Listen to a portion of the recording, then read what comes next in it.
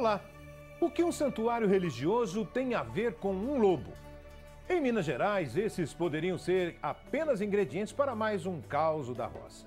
Mas a história que você vai conhecer agora vai muito além. Um padre ficou amigo do bicho e bota amigo nisso.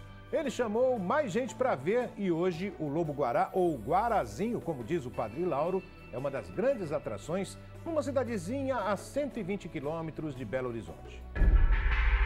Há 32 anos, a família de lobos enche de magia a noite de quem visita o Santuário do Caraça. A mistura de Mata Atlântica e Cerrado tem também outros moradores. Os detalhes dos insetos da Serra do Espinhaço. A água cor de chá que atrai turistas do mundo inteiro.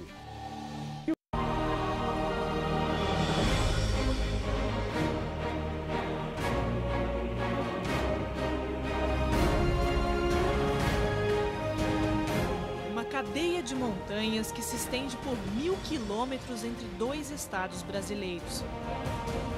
Esta é a Serra do Espinhaço, também conhecida como Cordilheira do Brasil. O termo escolhido para defini-la é uma referência à variação longitudinal, uma espinha quase em linha reta, apontando norte-sul, Minas Gerais e Bahia. Os picos rochosos aparecem entre os mais altos do país e compõem uma das mais lindas paisagens da Terra. Mas é num vale, protegido pela serra, que encontramos o Santuário do Caraça. A construção típica do período colonial se destaca em meio à vegetação preservada e guarda tesouros dentro e fora das paredes erguidas no final do século XVIII. Estamos a cerca de 120 quilômetros de Belo Horizonte. Para chegar aqui, percorremos a Estrada Real, aberta oficialmente pela coroa portuguesa em busca dos valorosos minérios do estado das Gerais. Na cidade de Catas Altas, ainda dentro do carro, as placas indicam: estamos num ambiente especial. E logo entendemos que a melhor maneira de contemplar tantas riquezas é pelo contato direto com a natureza. O Santuário do Caraça ocupa uma área de cerca de 12.400 hectares que mistura Mata Atlântica e Cerrado. A maior parte de todo esse espaço está reservada como unidade de conservação. Estudos recentes mostram que a reserva concentra uma variedade de espécies animais e vegetais pouco vista em outros lugares do planeta. São centenas de aves, plantas, algumas dezenas de mamíferos, além de répteis e anfíbios. Não se sabe exatamente quem escolheu o título Caraça à região, mas ao chegar aqui, basta olhar aquela serra para entender a expressão. Caraça se refere ao imenso rosto de um homem deitado olhando para o céu. Ao contornar as linhas dos picos torneados pela natureza, vemos da esquerda para a direita a testa, os olhos, o nariz no ponto mais alto, depois a boca e o queixo. Outra versão para o nome vem da língua indígena. Em Tupi-Guarani, Caraça significa desfiladeiro ou bocaina. Por isso, alguns pesquisadores consideram que a origem do apelido seria um grande desfiladeiro existente na região. Para conhecer mais de perto a vegetação que compõe a Serra do Espinhaço, a gente começa agora uma trilha de cerca de 2 quilômetros. É uma caminhada leve, mas nos dá a oportunidade de conhecer a área de transição entre a Mata Atlântica e o Cerrado. Nesse caminho, a gente tem a chance também de ver alguns pequenos animais, como mamíferos, aves, algumas serpentes, e no final dela a gente encontra a cascatinha. Vamos lá!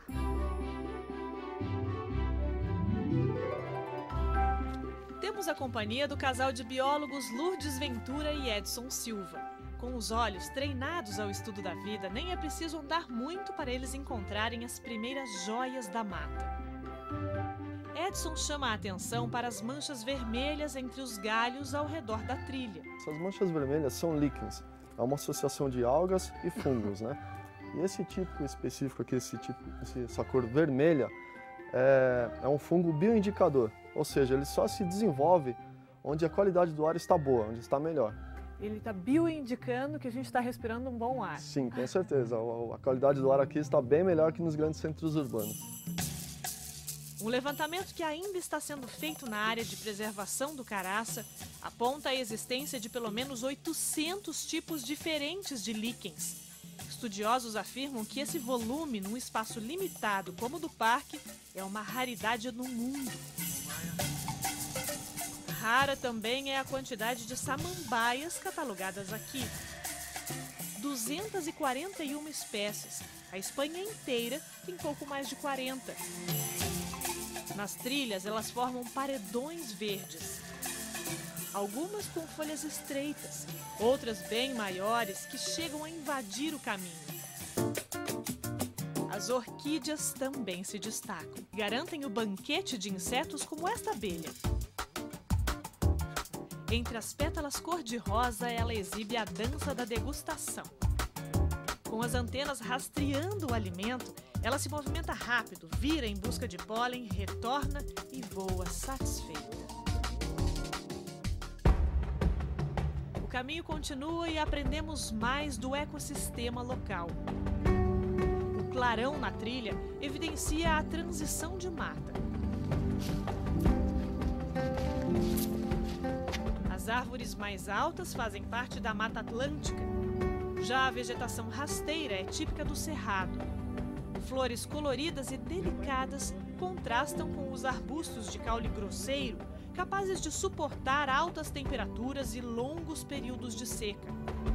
Aliás, no Cerrado, os contrastes estão em toda parte. Quem diria que um inseto do tamanho de uma formiga poderia construir um lar que de tão grande é chamado cupinzeiro gigante? Este é um exemplar médio, porque alguns chegam a 9 metros de altura. Pelo menos a metade do que vemos é construída também abaixo do solo. As colônias têm milhões de habitantes. Também pequenas, as lagartas, vistas com frequência neste bioma, mostram a beleza dos insetos em diferentes fases da vida. Até formar as asas para voar, a borboleta passa por um ciclo de 4 estágios. A lagarta é o segundo deles, um momento crucial de alimentação. Por isso elas comem quase sem parar. Nos vegetais, as lagartas encontram todos os nutrientes necessários para se desenvolver. Ao olhar com atenção, vemos que ela usa a mandíbula para mastigar as folhas. O processo é voraz e muito bonito. O corpo flexível se ajusta aos talinhos em busca da melhor posição para o banquete. Como a maioria dos insetos, a lagarta tem 3 pares de patas perto da cabeça que vão segui-la até a fase de borboleta. Mas ao longo do corpo existem as patas falsas que funcionam como ventosas, se agarram à planta e facilitam a locomoção. As cores chamativas são um mecanismo de defesa, porque na natureza quanto mais colorido é o animal, maior a chance de ser venenoso. Sinaliza aos predadores um risco de perigo. Em questão de minutos, a folha inteira é consumida, até quebrar o galinho. Olha só que curioso, depois de todo aquele processo de alimentação, a lagarta resolveu então tirar uma soneca. Ela escolheu um lugar aqui no galho onde tem uma forquilha para se acomodar. No detalhe a gente vê que ela está com a cabecinha para baixo. Eu vou mexer no galinho. Olha só, ela continua absolutamente em repouso, imóvel. Então, vamos deixá-la em paz e seguir nosso caminho. De longe avistamos a cascatinha, que de fato não é diminutivo.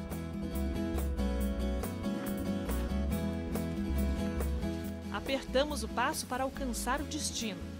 A primeira visão da base da cascata impressiona. São 40 metros de altura com 4 quedas d'água e 4 piscinas naturais.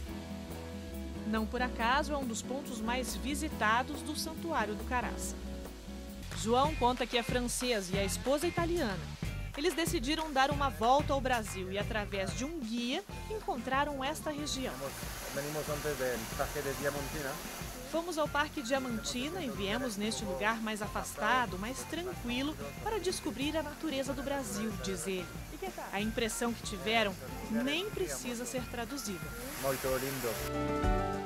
A permanência prolongada de quem cruzou o oceano em busca de belas paisagens nos lembra que o que vimos até agora é apenas uma pequena amostra da riqueza existente no complexo Santuário do Caraça.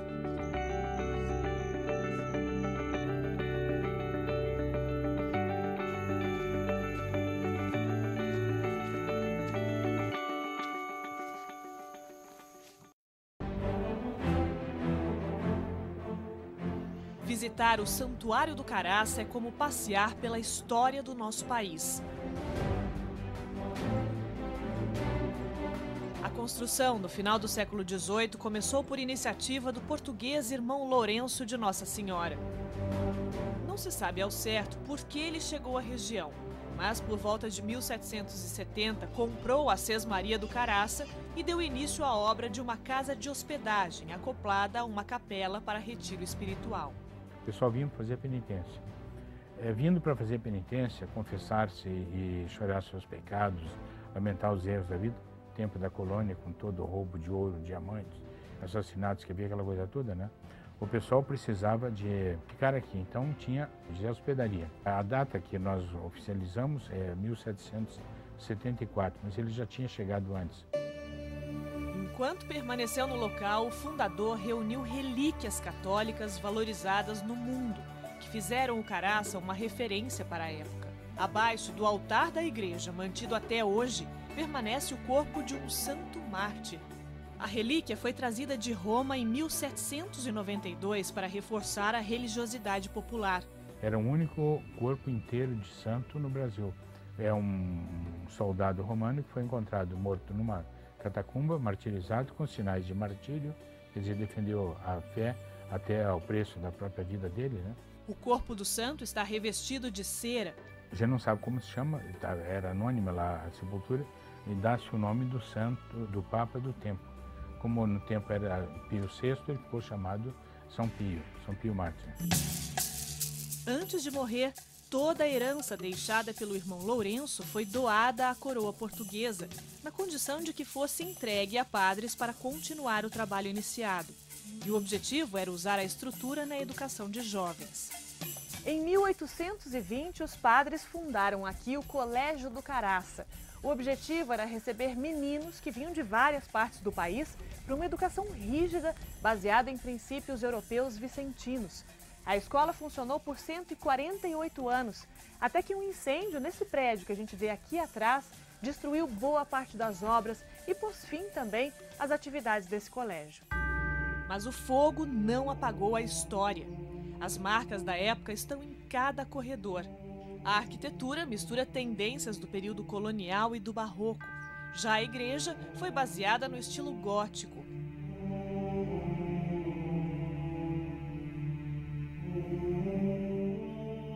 Até brinco, quem for ateu e que vier ao Caraça vai deixar de ser na hora, porque é impossível vir aqui e não ver que a mão de Deus está pairando sobre esse lugar, nas diversas experiências que as pessoas têm aqui. A biblioteca é outra riqueza deixada pelos fundadores do Caraça. Aqui a gente está na sala do acervo, onde existem cerca de 30 mil livros, sendo mais ou menos 15 mil livros que foram salvos no incêndio, que eles conseguiram recuperar. De todo o acervo da biblioteca, esse livro é um dos mais curiosos. Ele foi escrito em 1867, é um estudo da política contemporânea da época e foi salvo do incêndio. Durante uma visita de Dom Pedro II aqui ao Santuário do Caraça, ele leu o livro, só que fez algumas anotações.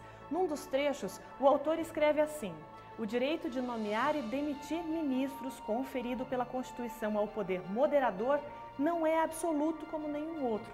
Dom Pedro foi lá, grifou a palavra demitir e escreveu ao lado: não é absoluto, mas existe. Ver assim as anotações de próprio punho de Dom Pedro II é, sem dúvida, um privilégio. Outra curiosidade é este exemplar de 12 quilos.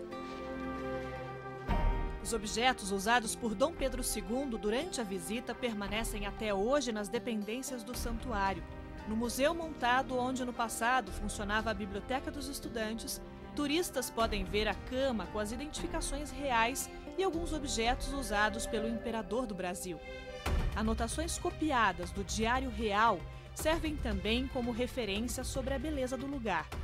Dom Pedro teria dito: só o Caraça paga toda a viagem a Minas.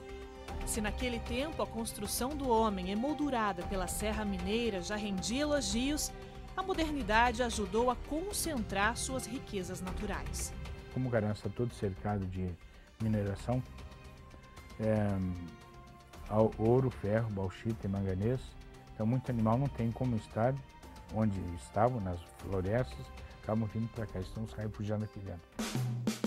Apesar dos mais de 10.000 hectares de área de conservação do patrimônio nacional, os animais estão cada vez mais próximos do santuário. As aves estão por toda parte. Como a Maria Preta, chamada assim pela coloração das penas quando está em repouso. Sobre os muros de pedras do Caraça, os jacus também são presença confirmada todas as manhãs. No solo rochoso, pelos caminhos do santuário, é fácil também observar os répteis. Nas árvores, pertinho dos apartamentos, o esquilo serelepe ou caxinguelê não foge ao olhar atento dos biólogos. Já um pouco mais preguiçoso, esse mamífero aqui aproveita as paredes do santuário para repousar. Entre tantos comportamentos de animais diferentes, em harmonia com as riquezas construídas pela mão do homem, uma relação especial fez a fama do santuário religioso do Caraça romper as fronteiras do nosso país. Vem, Guará, vem aqui, Guará, vem. Vem, Guará. Guarazinho, vem, vem. As visitas deste mamífero, que já esteve ameaçado de extinção, começaram há 32 anos. Padre Lauro, que também estudou no santuário, segue hoje a rotina passada por diferentes gerações de religiosos. Diante dos turistas, faz questão de lembrar o início dessa história. Ouvíamos o latido dele de noite, desse lado, do lado de lá, por todo lado aí, mas nunca ouvimos, porque havia cachorro na casa. Só em 1982, quando não havia mais cachorro aqui, que eles recomeçaram, ou melhor, que eles começaram a se aproximar. Ele sobe as escadas sem emitir o menor som.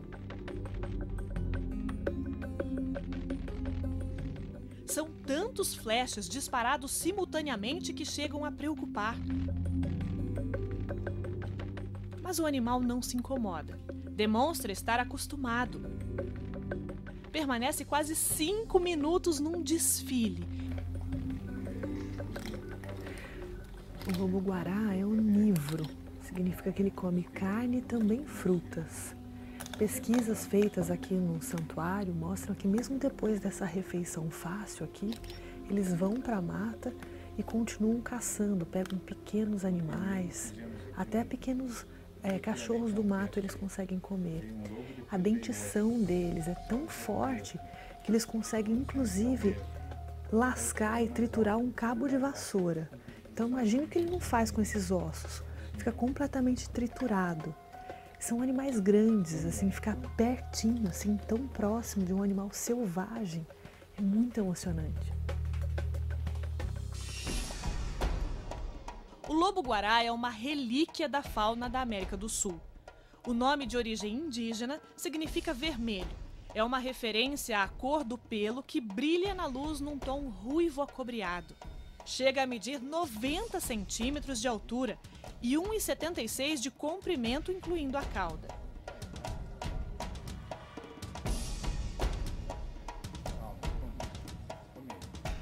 Diante do lobo selvagem, parecemos hipnotizados.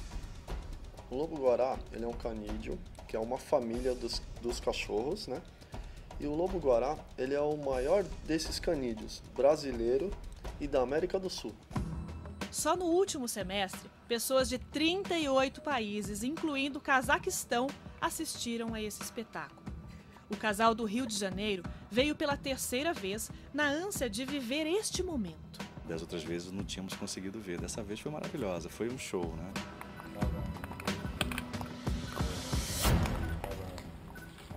Lembrando sempre que é bom a gente sempre respeitar o limite do animal, uma distância, né? Porque ele é um animal selvagem, né? Então, respeitando esse limite do animal, tranquilo o que acontece aqui. Ao longo dessa nossa estada na hospedagem criada no século XVIII, somos agraciados pela presença do lobo-guará todos os dias. O padre responsável por atrair os visitantes lembra que desde 1982, dezenas de lobos diferentes assumiram o banquete gratuito. A relação de amizade e respeito entre o homem e a natureza atravessa fronteiras do comportamento que vão além da explicação racional. Algumas vezes eu já encontrei de noite vindo de carro. Então o carro para com farol, às vezes chega perto, a gente chama o guará, guarazinho, ele vem, ele sabe, reconhece. Eles acham que eu tenho poder absoluto sobre o lobo. Chamo, ele vem. Às vezes acontece, a gente chama, ele vem na hora, mas outras vezes passa a noite inteira chamando, ele não vem. Porque depende da caça que ele teve, alguma coisa assim. E a presença dele que é mágica, vem da noite, volta da noite, né? E depois esse comportamento que ele tem, a elegância, a soberba dele, depois a confiança que ele tem, ele, às vezes olha pra gente como uma paisagem agradável, né? A gente sabe que é casa dele, né?